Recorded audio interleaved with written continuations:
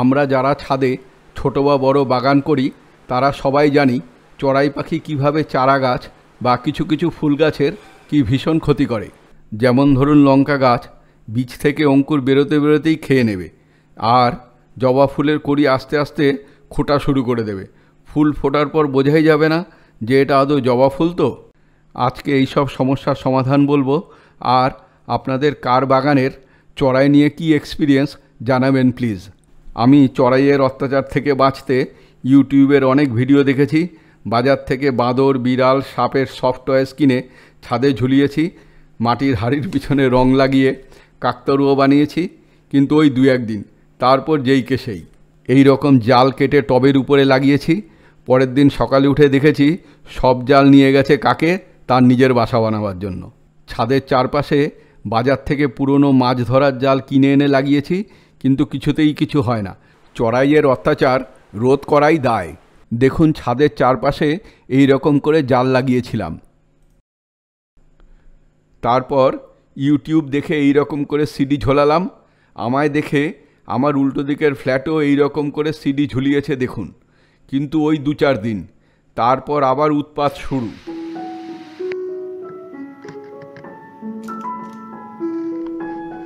তবে এই ফ্ল্যাটের গাছগুলো বারান্দার গ্রিলের ভিতরে, হয়তো উৎপাত একটু কম।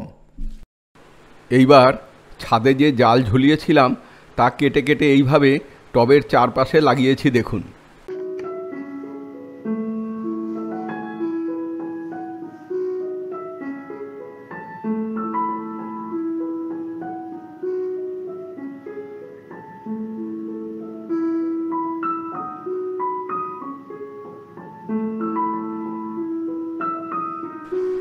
আমার সব টবে এইভাবে জাল লাগানো আছে দেখুন।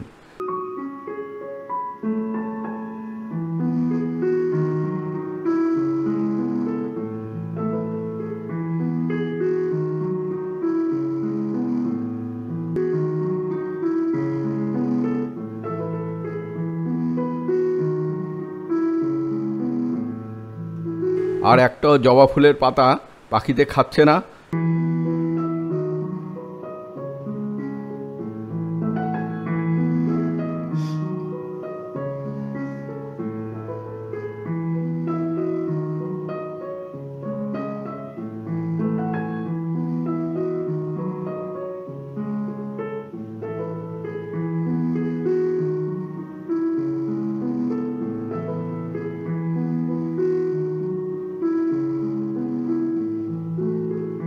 সব জবা গাছের কুড়ি ভালো আছে দেখুন।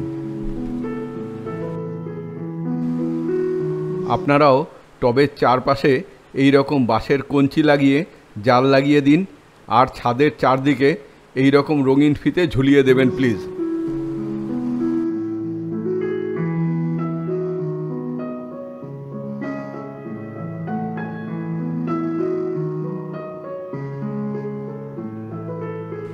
আমি আরও নানা রঙের ফিতে কিনে এনে রেখেছি দেখুন।